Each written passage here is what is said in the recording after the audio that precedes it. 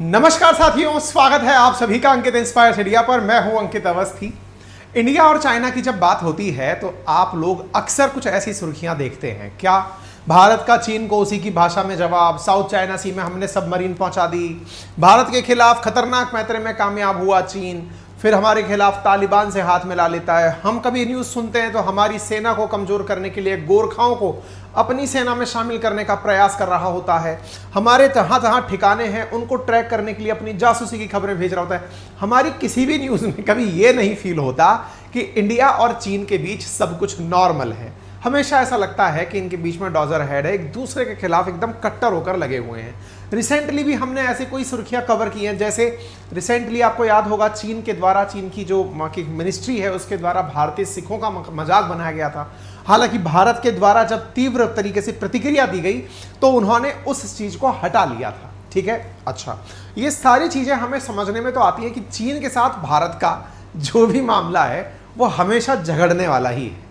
लेकिन इसी बीच में अगर ये खबर निकल कर आ जाए कि China rare praise for India, यानी कि रेयर क्यों, कभी मतलब जैसा होता है ना कि इसके मुंह से तारीफ नहीं निकल सकती, वो अगर आपकी तारीफ कर दे और विशेष रूप से इंडिया की नेवी की तारीफ कर दे तो यार ये बात तो सुनने लायक बनती है।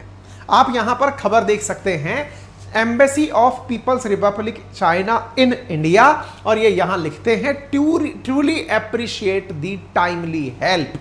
ऐसा हमारी नेवी ने इनकी क्या मदद कर दी जिसके चलते चाइना हमें धन्यवाद देने आ गया। कहां से शुरू होता है भारतीय नेवी की तारीफ होना, उसकी बुनियाद पर चलते हैं साथियों। जैसा आप यहां पर एक सुर्खी देख रहे हैं, और ये सुर्खी अगर तारीखों के साथ में नोटिस की जाए तो बहुत कुछ क्लियर करती है।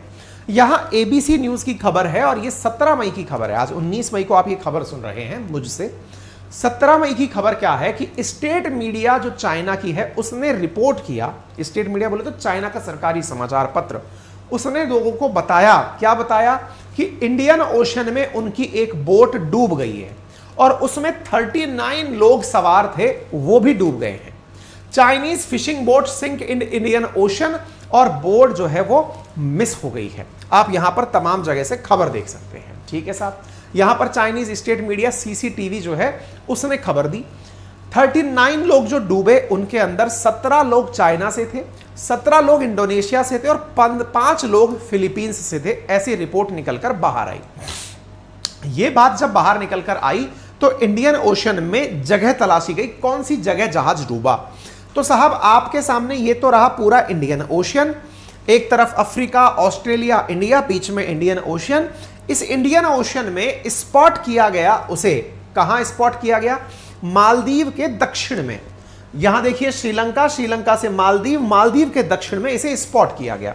ये रही वो, मतलब स्पॉट का मतलब पता चला था, आखिरी बार उसे यहां देखा गया था।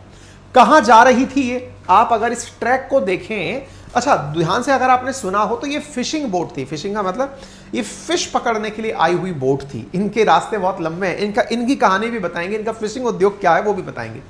देखिए मैप को अगर आप ध्यान से देखें तो यदि आप इंडियन ओशन को ध्यान से देखें तो आप पाएंगे कि ये लोग साउथ अफ्रीका के इस तरफ से, यानी कि एकदम दक्षिण से, केप ऑफ गुड होप के नजदीक, केप टाउन से निकल करके ये इंडियन ओशन से होते हुए, ये यूं होते हुए मलक्का स्ट्रेट क्रॉस करके दक्षिण चीन सागर से होते हुए यहां होते हुए ये दक्षिण कोरिया के बुसान नामक जो जगह है वहां पर ये बोट जा रही थी।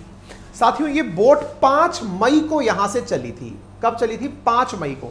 और इस मंगलवार को, यानी आज आप फ्राइडे के दिन खबर सुन रहे हैं तो 3 दिन पहले के अराउंड ये बात है कि ये यहां पर स्पॉट की गई थी। लगभग इस जगह पर कहीं स्पॉट की गई थी। ये जिस जगह स्पॉट की गई है वो जगह डियागो गार्सिया, डियागो गार्सिया वही जो होने को ओरिजिनली यूके का है लेकिन यूएस बेस, यहां पर यूएस नेवी रहती है, वहां से 287 नॉटिकल माइल दूरी पर है। इसी प्रकार से ये जो है ना मालदीव्स जो है उससे भी नजदीक ही है, और इंडिया का जो लैंड से इसकी दूरी है वो 900 नॉटिकल माइल है। लगभग इस जगह ये अचानक दिखना गायब हो गई और पानी में जल समाधि ले ली। हम इस बारे में जानेंगे क्या हुआ होगा, घटना है, लेकिन इस घटना को जानने से पहले इस घटना को इतना महत्व क्यों दिया जाए वो जान लीजिए। साथियों असल में चीन का जो फिशिंग इंडस्ट्री है ना, यानी मछली उत्पादन या मछली का एक तरह से समझ लीजिए पैदा मछली पानी में हो रही है, लेकिन ये इसको बेच के खा रहे हैं। अगर आप दुनिया के टॉप 3 कंट्री देखें कि दुनिया में जो मछली बेच के पैसा कमा रहे हैं, उनमें चीन नंबर 1 पर है। और आप नंबर्स देख के चौंक जाएंगे, 81 बिलियन डॉलर का सालाना ये लोग मछली बेचकर व्यापार करते हैं, 81 बिलियन डॉलर। हालांकि तीसरे नंबर पर इंडिया आता है, लेकिन वो इनसे कितना पीछे आप अंदाजा लगा लीजिए, कहां 81 बिलियन और कहां 10 बिलियन, यानी लगभग 11 बिलियन के आसपास इंडिया का ट्रेड है मछली उत्पादन में। और तो और आप ये अंदाजा लगाएं, नंबर दूसरे पर इंडोनेशिया आता है मछली उत्पादन में। दुनिया के जो टॉप 10 2020 के अंदर मछली उत्पादक देश थे, उसमें तो इंडिया 6ठे नंबर पर आता था और ये नंबर 1 पर आता था। दुनिया का सबसे ज्यादा मछली उत्पादक देश है ये। इसके पास में सबसे बड़ा समुद्र है ऐसा नहीं है, ये दुनिया में बहुत जगह इलीगल जाकर के भी मछलियां पकड़ने पहुंचता है। आप फिशरीज और एक्वाकल्चर अगर स्टैटिका पे जानकारी जुटाएंगे तो पता चलेगा कि जहां 2021 में इनका मार्केट 75 बिलियन डॉलर का था, वो लोग 120 बिलियन डॉलर का व्यापार कर लेंगे 2027 तक। यानी चीन इतना तेजी से मार्केट में बढ़ रहा है। कैसे बढ़ रहा है? क्योंकि असल में ये लोग जहां तहां समुद्र देखते हैं वहां अपनी बोट भेज देते हैं। आपको कई बार मैंने न्यूज में भी बताया है, ये दक्षिण अमेरिका के जो देश पेरू हैं, उनके भी जो एरियाज हैं वहां पर भी मछली पकड़ने पहुंच जाते हैं। फिलीपींस के बॉर्डर में भी मछली पकड़ने पहुंच जाते हैं। श्रीलंका के, भारत और श्रीलंका के बीच के जो क्षेत्र हैं वहां पर मछली पकड़ने पहुंच जाते हैं। दुनिया में जहां जहां इनके मछुआरों को मछली मिल रही है, ये मछली पकड़ने पहुंच जाते हैं, क्योंकि इतना बड़ा व्यापार है मछली उत्पादन, इनके लिए इतनी बड़ी चीज है। तो आप अंदाजा लगा सकते हैं कितना बड़ा मार्केट है, जहां चीन अकेले मतलब 125 बिलियन डॉलर का व्यापार कर लेगा। मार्केट लगभग 350 बिलियन डॉलर का है मछली उत्पादन का। इससे आप अंदाजा लगा लीजिए, ठीक है ना। तो आपने अक्सर जब जब चीनियों के बारे में सुना होगा तो चाइनीज इलीगल जो मछली उत्पादन है उसके बारे में भी सुना होगा। मछली का पकड़ना, इनकी खबरें अक्सर मार्केट में आती रहती हैं।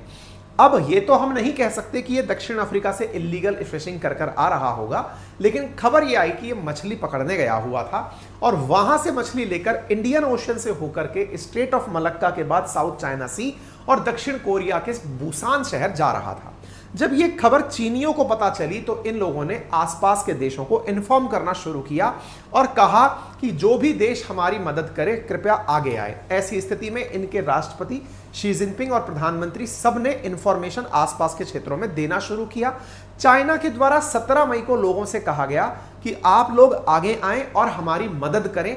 हमारे लोग, मछुआरे जो हैं वो पानी के अंदर डूब चुके हैं, कृपया करके मदद करने पहुंचे। अब आप कहेंगे चाइना तो अपने आप में इतना ज्यादा जासूसी का सिस्टम रखता है, खुद क्यों नहीं पहुंच जाता? देखिए, फ्लाइट से पहुंचना बहुत आसान है, लेकिन रेस्क्यू ऑपरेशन करने होते हैं तो आपको पूरा तरीके से जहां आप रहते हो वहां से लेकर, आप सोचिए ना, 5 को चला था, 17 को जाकर डूबा है, इतनी सी दूरी 12 दिन में तय की थी। बहुत धीरे पानी में ट्रेवल होता है, ट्रेवल धीरे होता है। ऐसी स्थिति में रेस्क्यू भी इतना तेजी से नहीं मिल सकता, इसलिए इसने आसपास के देशों को आह्वान दिया।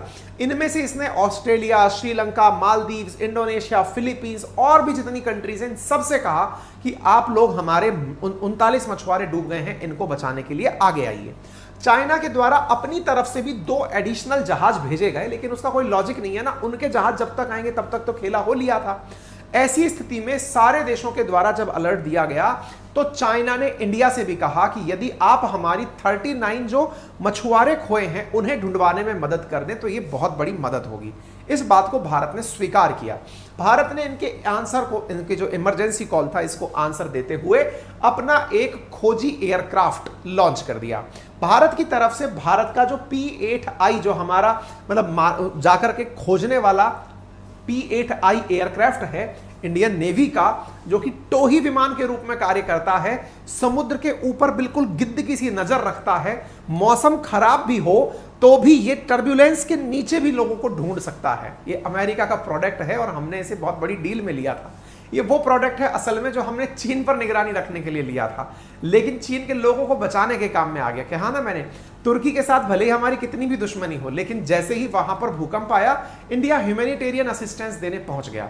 अफगानिस्तान के अंदर रह रहे तालिबान ने भारत के लिए कितना भी कुछ बुरा सोचा हो, हमारे हाईजैक किए हो हमारे विमान, उसके बावजूद भी भारत ने मानवीय सहायता से कभी पीछे नहीं हटा है। यही तो भारत को दुनिया से अलग बनाता है। ऐसी स्थिति में भारत ने तुरंत अपना टोही विमान भेजा कि रुकिए हम आते हैं, और भारत ने 900 नॉटिकल माइल दूर अपना एयरक्राफ्ट केवल यह ढूंढने के लिए कि कहां फंसे हैं आपके लोग। इसके लिए 18 मई को आप देख सकते हैं इंडियन नेवी ने अपने द्वारा जानकारी देते हुए कहा कि हमारे सर्च एंड रेस्क्यू ऑपरेशन जो है वो पूरी तरह से स्विंग में है और हम लोग काम कर रहे हैं। इसी के आधार पर इंडिया वहां पहुंचता है, डूबे हुए वेसल के आसपास से 2 लोगों को रेस्क्यू करता है।